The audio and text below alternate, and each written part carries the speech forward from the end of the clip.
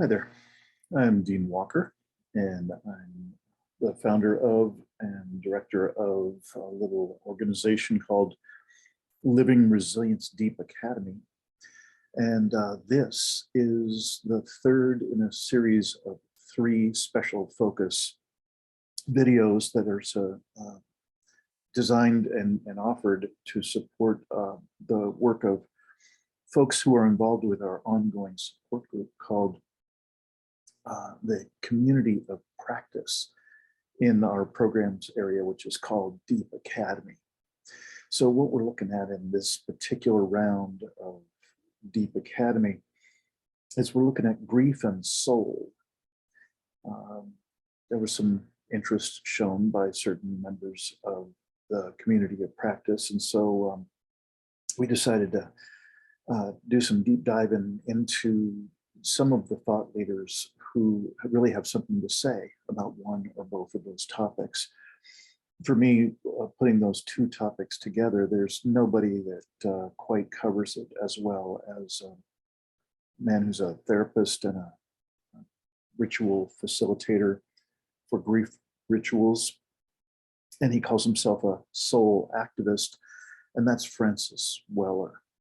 And so if you've already seen the first two in this series, this will be no surprise that we'll be finishing up the excerpting of an extended interview that Francis did with a good friend of his, Michael Lerner, who is responsible for the whole program at a place called Commonweal in Bolinas, California. You know, a couple things about both of these guys and this place. We'll just keep leaning into the extraordinary gift that Francis's words are and his facilitation work and so on. It's extraordinary. It's very much worth mentioning more about Michael Lerner and the Commonweal location and programs. It's a place where there different kinds of workshops are offered around year round. And you'll hear Francis and Michael talk time and again about the cancer survivor program that they run there and have run for many years. It is extraordinary. And virtually all the work that they produce there is extraordinary. And it's in one of the most beautiful and inspiring places on the California coast. If you ever get a chance to go there live and at least visit, if not do a workshop there, I would recommend it highly. So enough of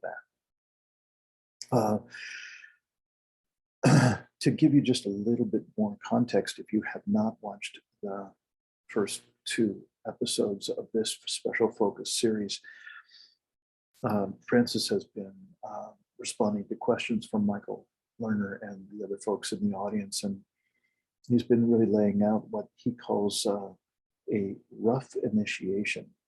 And that means an initiation that's not held or designed consciously as, for instance, rite of passage initiations usually have been in indigenous cultures and so on. Here we are faced with a global, could be called a global rough initiation. It is not held by any conscious elders, certainly not at the global scale and not in most nations, period. So there's quite a bit to talk about there with regards to the being empowered by and being in contact with one's own sense of soul, which he speaks a bit about in terms of defining it. That is, let it be said that is a foundation, an important foundation stone for anyone who's hoping to be able to expand their capacity to be present in the face of these global challenges, existential challenges of this time. One will need to be able to access soul, meaning, belonging, some of the core elements of being a human being. And this is the kind of conversational area that Francis covers in his responses in this interview. He starts out with praising our collective and individual ability to numb ourselves in the face of our many existential level challenges, problems, and predicaments that we're facing. That in our work, we often call it overriding. It's one of the superpowers of our global culture, is that we've learned to override and normalize trauma at an inhuman level. And Francis is mentioning that there is something to be acknowledged in a good way, that is a coping strategy, a survival strategy at our level these days. So yes, it hardly could be called a successful or a healthy habit to be in for the rest of one's life. But when we're facing challenges, predicaments, traumas at the level that we are, again, individually and collectively, it is truly a necessary skill to be able to override when we have that scale of traumatic event coming at us on a regular basis. Francis also takes a moment to acknowledge that this time is not a calling for jumping into solutions. As much as solutions are needed at virtually every level, and the predicaments in our world really don't allow us, don't invite us to any solutions, that he suggests that this is a time of getting into soul time, what could be called soul time. And that's obviously a gearing down, a slowing down, sometimes called living at the speed of trust. And there's really no way to do that without sliding into that realm of soul.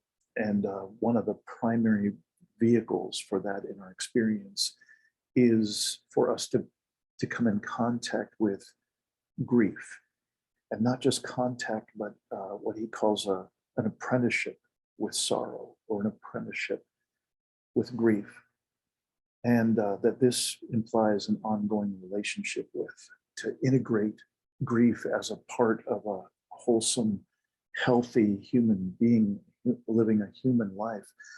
And unfortunately, we culturally, for sure in the United States and most of the advanced the industrial countries, we've lost track of how to at least contact grief, much less to become apprentices of grief or have gained some facility. So I just want to recap a bit about what is this Living Resilience Deep Academy work, and why is it we would be studying about or focusing on grief and soul in this particular series. So let's just start at the beginning. So if somebody's entering this this field of study, this experiential learning environment that is Living Resilience Deep Academy, it could be said that what you're entering into is to study and explore together with others what could be called the collapse-aware conversation. People who are aware that to one degree or another, we are actually experiencing aspects of human-caused collapse of Earth and human systems. Of course, it has been going on for quite some time in certain countries around the world, and the more privileged countries have been insulated from that experience for quite some time.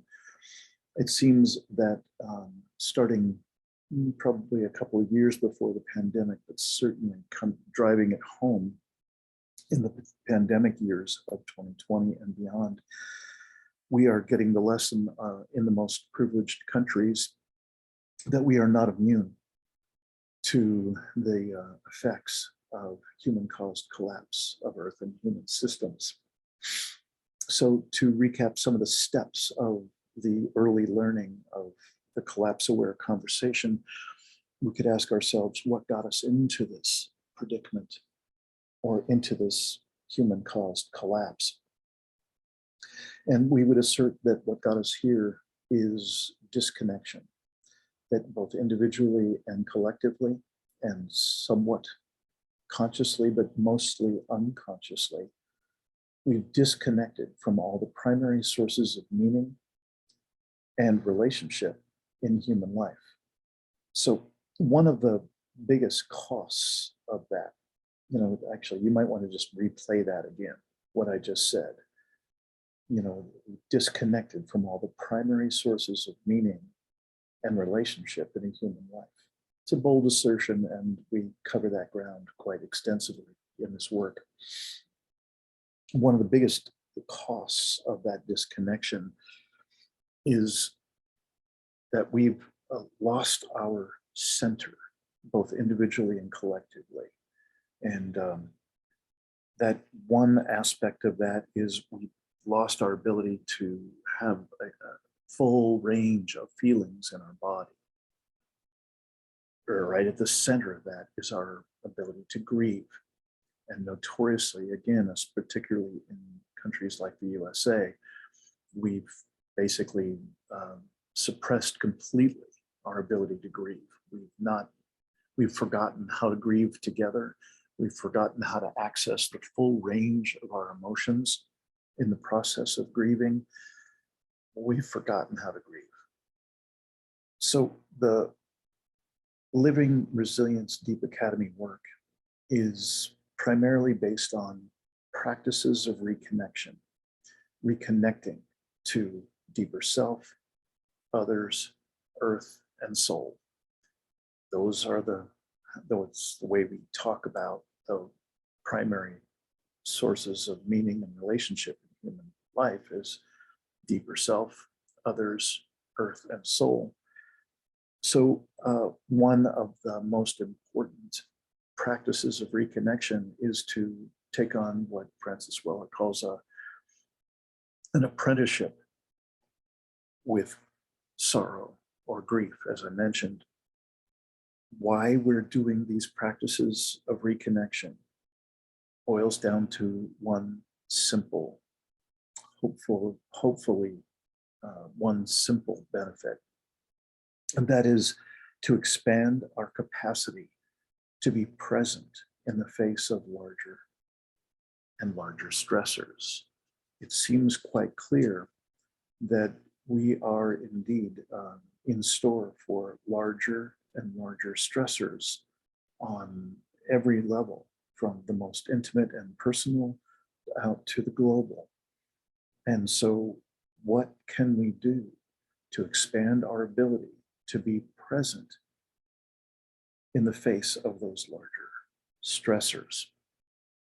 Perhaps it will make a bit more sense now why Francis, in those first two videos that we put out in these past 2 weeks, why he keeps bringing up this rough initiation and how our connection with soul, how our ability to integrate in a good way the skills of grief, of grieving, how they can be of service to us as we look at having to face somehow this collective rough initiation.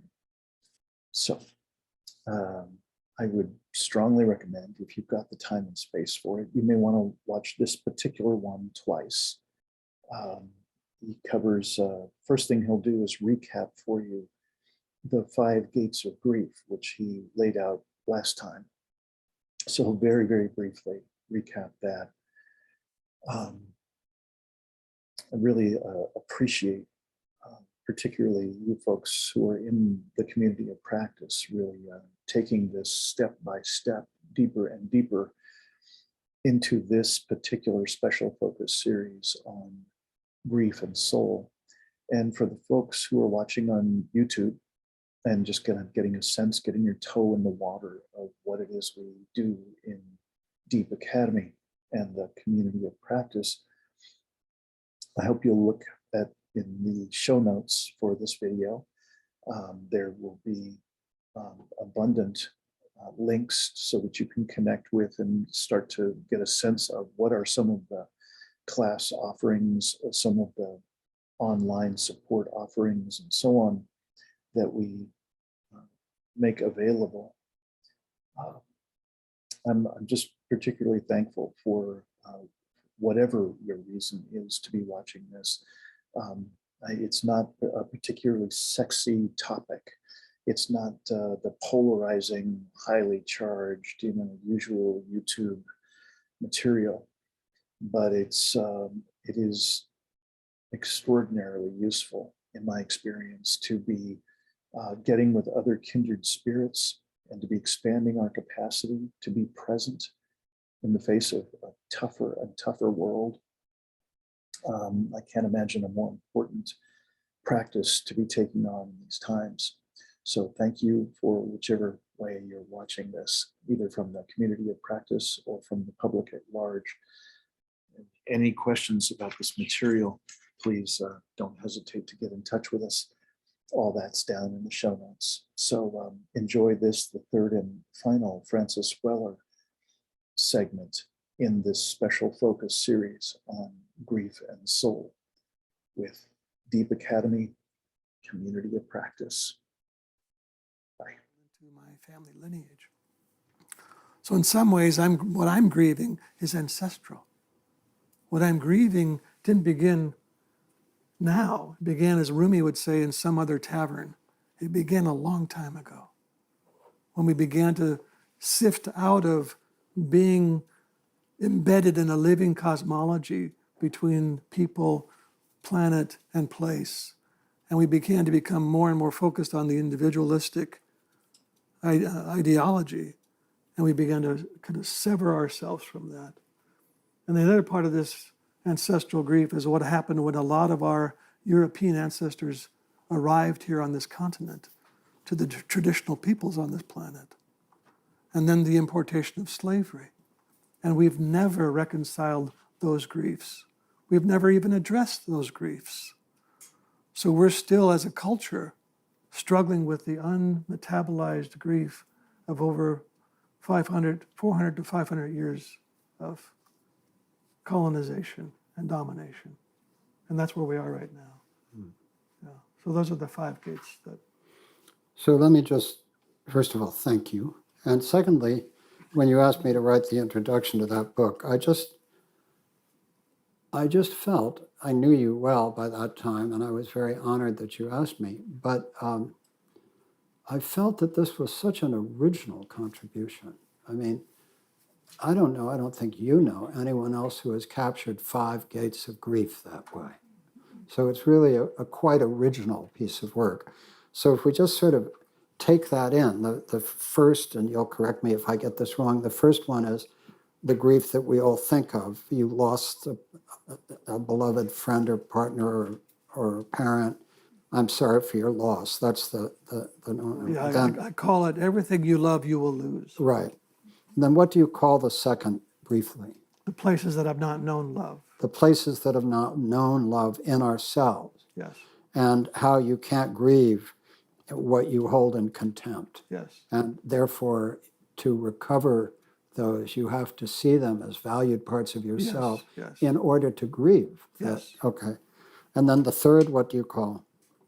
The sorrows of the world. The sorrows of the world. And then, as you said, the planet has become the patient. Yes, And more, that's what is coming into your office. yes.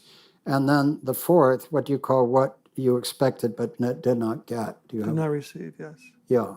And there you speak of just all the parts of us that come into the world full of hope and joy, and then are shaped in a way that, we can't find it. It's shaped by absence. Yeah, But what does not materialize, we shape something that tries to adapt to emptiness. right. Exactly. Yeah. Do I actually have that wrong? Is the thing about, maybe that was, no, that's right. Okay, I've got that. And that's where you talked about amnesia and anesthesia Yes. as 2 of the responses that we have to what we expected but did not get. Yeah.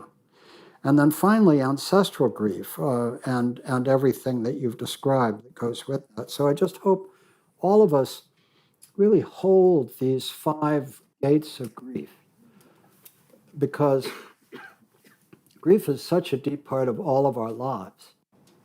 And usually we just think of it in terms of our loss and then other losses. But to hold it the way Francis holds it, the individual losses, the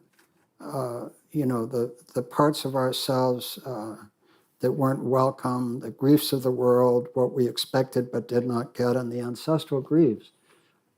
Somehow, when you face an intractable set of problems, one of the ways of working with it is to work out what are the pieces. In the Cancer Help Program, we do this regularly. When we talk about the evening on death and dying, one of the things we say is, what are your beliefs about this? What are your feelings about this? And if you fear this, what is it that you actually fear? Do you fear death itself? Do you fear not death but dying? Do you fear neither death itself nor the dying process, but actually something that has not been done, some part of you that... So there's something about this articulation of the different parts, as you've done with grief, that makes it easier to begin to be skillful or wise in relationship to it. And one of the things I frequently talk about, and I've done online programs, if you're interested, is an apprenticeship with sorrow. That when you really look at these 5 gates and you're still cloistered into your own individual response to them, you're never going to be able to digest them. You have to take up an apprenticeship. You have to begin to see that grief is going to be ever present in your life. It's never going to go away. Even if it's a first gate grief, you're going to be mourning their absence for the rest of your life, right? I mean, we've all lost people, and they don't suddenly, that grief doesn't suddenly just stop. That will be there for the rest of your life. Grief is not just an emotion, but it's a core human faculty. And very few of us are trained in this faculty. So when grief comes to our door, which it's coming now every day in multiple fashions, we don't know how to turn toward it. So that's why the anesthesia comes in. We, on our own, and with the magnitude of what's coming, we shut down. And I want to just say a word of praise for our amnesia, for numbness. Because if we didn't, particularly if we're trying to deal with it alone, we would be overwhelmed. Our small little boat of self would capsize instantly. So don't judge yourself if you go numb, but just ask yourself, what do I need in order to be able to turn into those waves of grief? Well, one thing we need is community. Grief has always been communal. In our long story as a species, it has never been a private affair. And suddenly in the last, 100, 200 years, it's become very private. Even our funerals have become so, anemic, that we really are not allowed. You can see some of that vitality still when you go to a funeral where it's held in a community of color. There's still there's still energy, they're still weeping, they're on their knees, they're holding each other. We get very apologetic if a tear slips out and, sorry, didn't mean to lose control. We have to lose control, but we don't have much faith in grief. That's why this apprenticeship is so critical, is to restore our faith in it. It's not there to take you hostage. It's there to ripen you as a full human being so that you can be the apprentice. Let me just quickly say, I know we're probably running out of time, but the idea of the apprenticeship is valuable here as well, because that the old language of apprenticeship meant you undertook something for a long time, right? If you were an apprentice to a weaver or to a carpenter or to a stonemason or to anybody, that was a long period of study. It could be 5, 10, 15, 20 years. And at the end of that apprenticeship, you would be given the title of master. You are a master weaver, a master craftsman. In the work of soul, the apprenticeship of sorrow does not lead to mastery, it leads to elderhood. That is the outcome. Is that if you undertake this apprenticeship with sorrow, what is ripened in you psychically over that long study and the long engagement with grief and its difficult, heavy, leaden material is that you are ripened into an elder. And isn't that what we need right now? Isn't that what we need walking in the streets?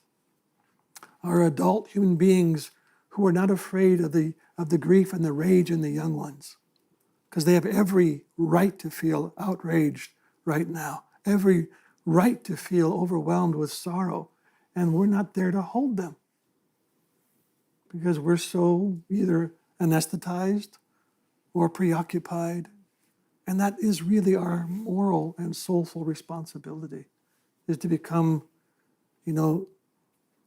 capable of turning our face back into the winds of collective sorrow. Take up the apprenticeship. That might be a good point at which just to open this up and engage in dialogue with our friends here. So Kira Epstein has a microphone. I will encourage you when you ask questions or make comments to keep them brief so that we can have space to hear as many voices as possible.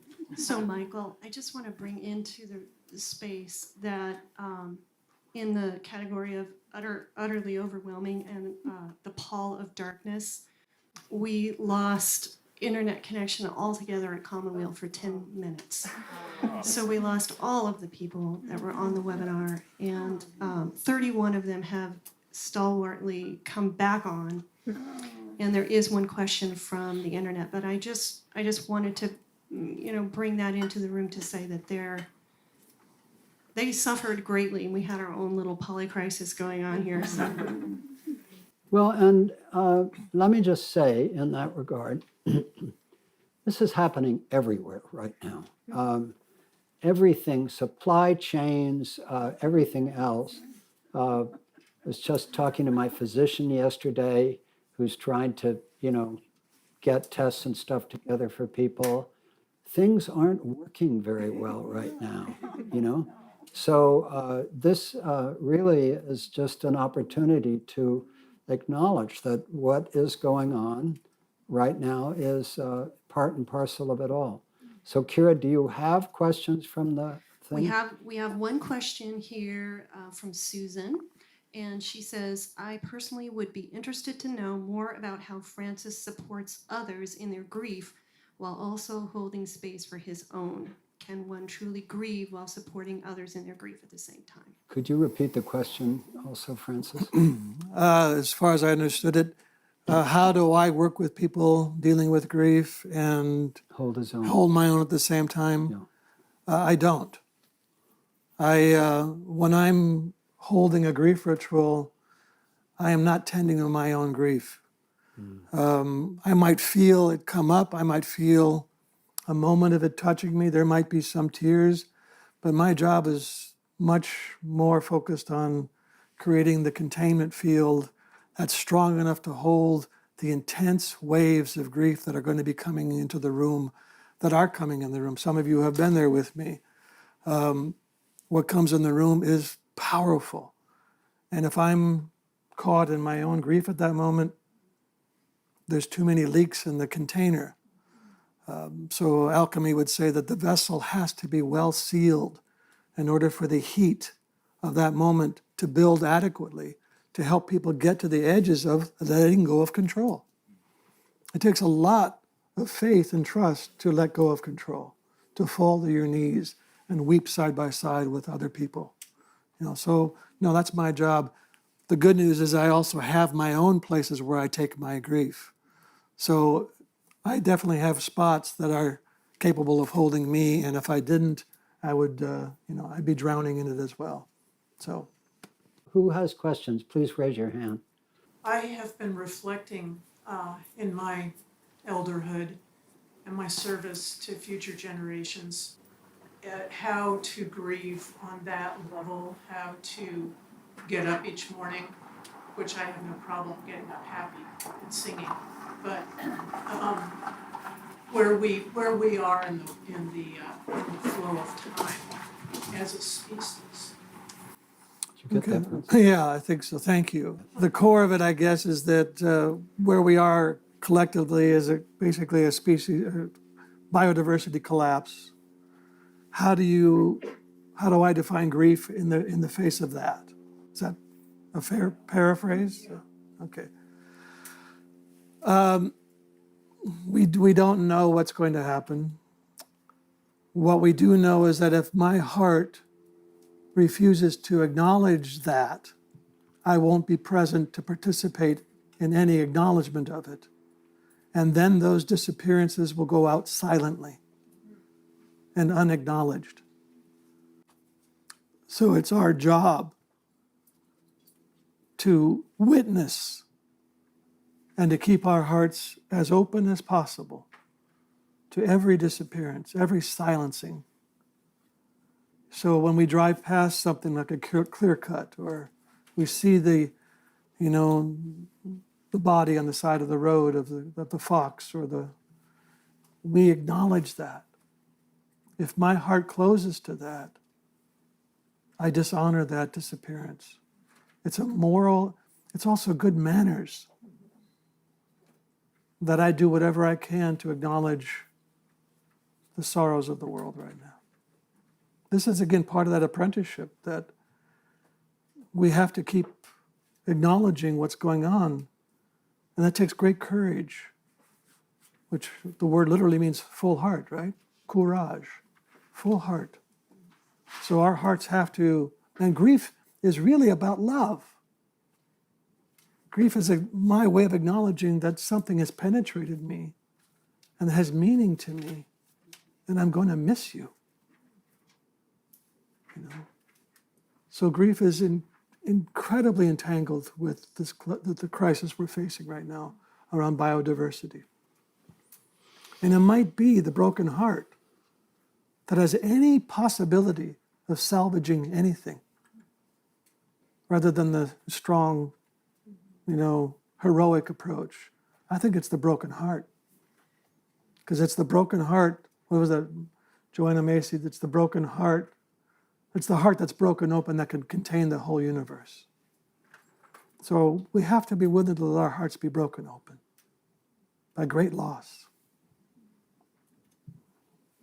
Thank you for that question. Francis, I don't know if you can talk about this, but because we're working in the moment, something happened to you. Yeah. Can you say what happened to you then? No, or not?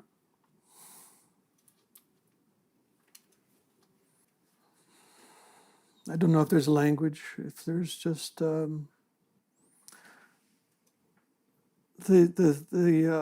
distance between me and otherness is getting shorter and smaller. I tell the story in the grief book about in 2010 when the Gulf oil spill happened, how I would wake up many, many nights sobbing and hearing the sound of the shorebirds suffocating from oil and the cries of dolphins. And it's 2,000 miles away, but to my soul, it is immediate. So again, whatever fiction we had of separation between us and world, we are becoming more and more, hopefully becoming more and more permeable to how I am world. World is me. There's no separation. And as I open myself to that, how can you not weep out of love and sorrow? And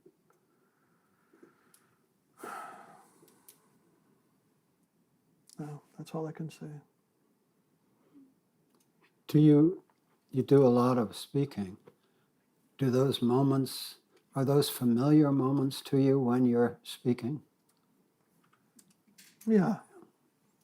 especially when I start to speak about generations to come. I have Judith and I have two very young grandchildren, 5 and 8, and every time I see them and hold them and watch them, and some part of me is just aching about what they are inheriting. So I try to address that in the preface I wrote for Dwayne's book, that all I can do is keep turning towards them and saying, I see you, and I see the pain you're in, the grief you're in, and I also see your beauty and your courage, and you are dreaming things up that my generation, our generation, never dreamt of before. Mm-hmm. So that's why I say we don't know. But every time I get close to that edge, it's hard to keep speaking. Yeah. Thank you for Yeah. being willing to say. Stephanie asks, maybe can we have Francis recap his statement of the state of things as we lost connection, the end of striving, of successes, etc., as we lean into this time of soul and how to hold the dark? Can you repeat the question? Just kind of recapitulate my thoughts about where we are right now, and giving up this striving, ascending, rising period. Yeah, we are definitely in a period of descent, in both senses of that word. There's a lot of dissenting going on right now, right? Saying no, enough, this is not right. So that word descent, yes, but we're also in a time of descent, which is taking us down into the underworld, into the place that's not lit by, everything that we're used to. So we're on our knees. Some of the qualities of this underworld are humility, not knowing, deep listening, restraint. This is one of the hardest things for us to do, is not rush into solution. Because I think the solutions that we would come up with are the ones that got us into the problem in the first place. So restraint, that goes back to that Kartsaluni idea of sitting quietly together, waiting patiently for something to arise. Just to hold back. In alchemy, they say if you open the vessel too soon, you ruin the experiment. You have to let it ripen. And right now, we've just begun to recognize that we have left the daylit world, that we are in the underworld. And we have to develop the qualities of patience to understand what's being asked of us in this darkness. It's not more of the same. It's asking for a radical alteration in the way that we relate to one another, to the ground that we walk upon, and to the soul, to spirit. So something else has to come up out of the ground, what the Andalusian people would call it, from the duende, the black soil, the black soul. Something has to come up out of the ground and inform us. Maybe just to remind us what it looks like to be human beings, walking in regard for the world. I hope we got there. I'd like to explore a subject that I've been sitting with. We've talked about your work, Hillman's work, a soul-centered psychotherapy, very much along the lines of where Hillman is. And Hillman doesn't have a lot of use for the ascending spirit dimension.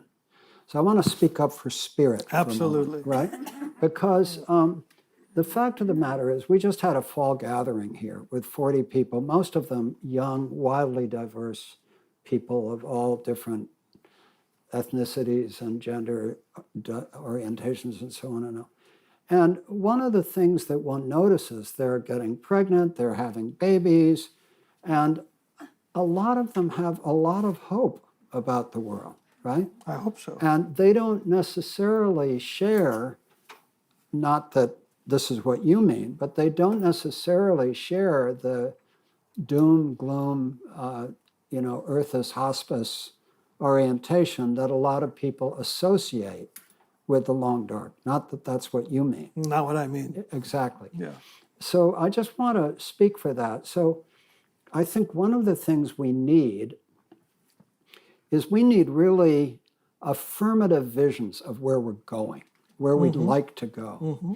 And I was with my friend Randy Hayes, who started Rainforest Action Network. He's an extraordinary, extraordinary man who's been interested in the poly crisis for a long time. And Randy's vision, which I think is shared by others, but he has a really good way of talking about it. He says he wants to see a world of continental networks of regional bioeconomies. He wants to see a world of continental networks of regional bioeconomies. Now, what I would add to that is I would say I would love to see a world of continental networks of regional bioeconomies, each consisting of biolocal communities. So each regional biolocal economy would consist of a whole network within itself of biolocal communities.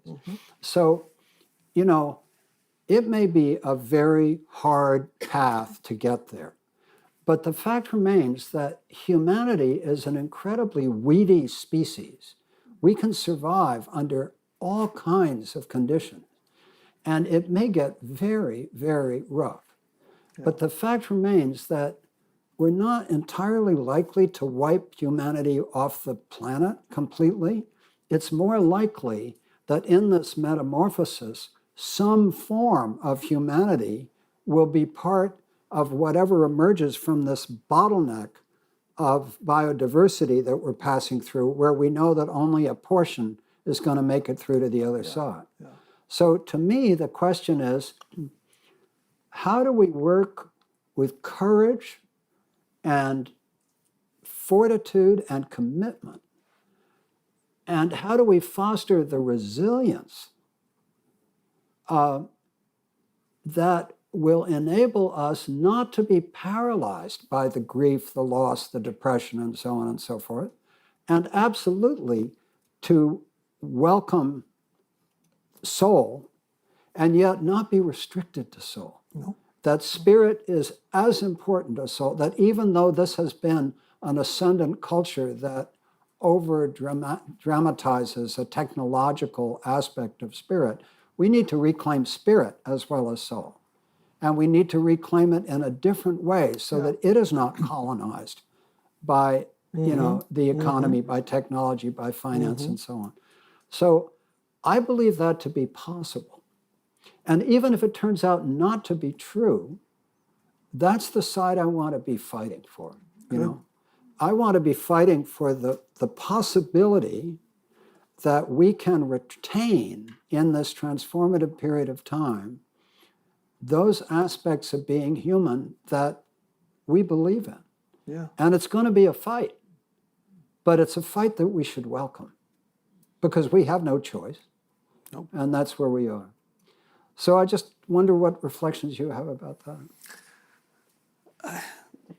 I'm certainly not against spirit, by the way. I would like to see, the reason I focus so much on soul is that in the old cosmology, there were three layers. There was the spiritual layer, there was called the macrocosm, and then there was the mesocosm, and then the microcosm. There was the heavens and the earth. When we got rid of soul, we lost the relationship between spirit and matter. And spirit became abstract, and matter became dead. And when matter becomes dead, you can do anything you damn well please to it. You can strip mine it, you can clear cut it, it's just commodity. I want to see the mesocosm reimagined so that spirit can become, spirit can matter, and matter can become sacred again. So that conversation can be reignited again. And I think that's why one of the reasons why I speak so much about soul. I think that's why Hillman spoke. Hillman would say that soul has always been the stepchild between, I forget the three, that self and spirit, self, and soul. Spirit and self get lots of play, and soul has been the outcast. And so, But it's possible that we move so much towards soul that we forget spirit. I'm not worried about that in the least. Okay. We are so far away from that. So far away from that. but I do think that they want each other. There's beautiful paintings by William Blake of spirit and soul kind of embracing each other, you know. Michael Mead had that wonderful line. He says, soul is forever trying to get spirit laid, you know, to come down to earth, to be here with the mess of it. So that would be a wonderful way to imagine it. Yeah. It's a conversation between those two, Yeah. not antagonism and certainly not separate. Yeah. They feed each other. I think soul is in love with spirit, and spirit is in love with soul. Hold that image. Soul is always trying to get spirit laid, right? Well, Francis, any final closing thoughts? I have loved this.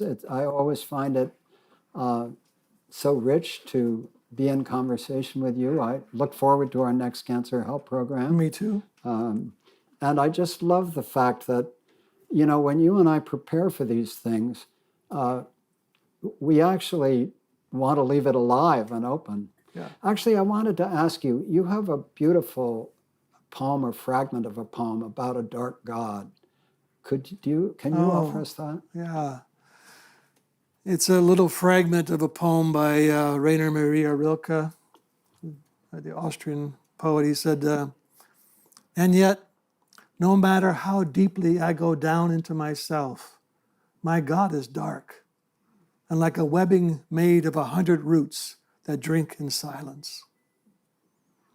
And yet, no matter how deeply I go down into myself, my God is dark, like a webbing made of 100 roots that drink in silence. So the last thing I would say is that grief is always companioned, when we open to it, by gratitude and joy. It is not a depressive state. It is not a place of, oh, damn. It is a wild, vital creature. And when we are willing to engage it and let it have its way with us, even a little bit, we become alive again. We feel animated, anima, soul. We feel alive again. And in that place, I have felt more joy since I began doing grief work than I had in the first 2/3 of my life. So I'm not saying that the long dark is going to be dour or depressive. It's going to be hard, but I hope we dance a lot, and that we sing a lot, and we do gratitude together, and that we find our thin way to that other shore with hopefully leaving enough food for the next generations to come, right? So thank you, Michael. Thank you all. Francis Weller, psychotherapist, writer, soul activist, author of The Wild Edge of Sorrow, Rituals of Renewal, and the Sacred Work of Grief, author of The Threshold Between Loss and Revelation, and author of In the Absence of the Ordinary, Essays in a Time of Uncertainty, and working on a 4th book, which we eagerly await, Me too. The Alchemy of Initiation, Soul Work and the Art of Ripening. Thank you all for being here with us. And let me just say again, if you can find it in your hearts to continue to support the work of the New School, it matters. And if there are people out there with the imagination to believe that this is really part of your life in a deep way, this is a place where you can make a difference. We offer everything free. We work on the gift economy. And we're just deeply grateful to all of you that are able to join Francis in contributing his time, and Judith in contributing her time as Francis's full partner in this work. And so it's a joy to be with you. Come back. For those of you who haven't been to Commonweal before, welcome to the Commonweal community. Find us online or come back for our events. And let us live fully with our grief, with our joy, and with our commitment to building a better world together. Let's just end with a moment of silence together.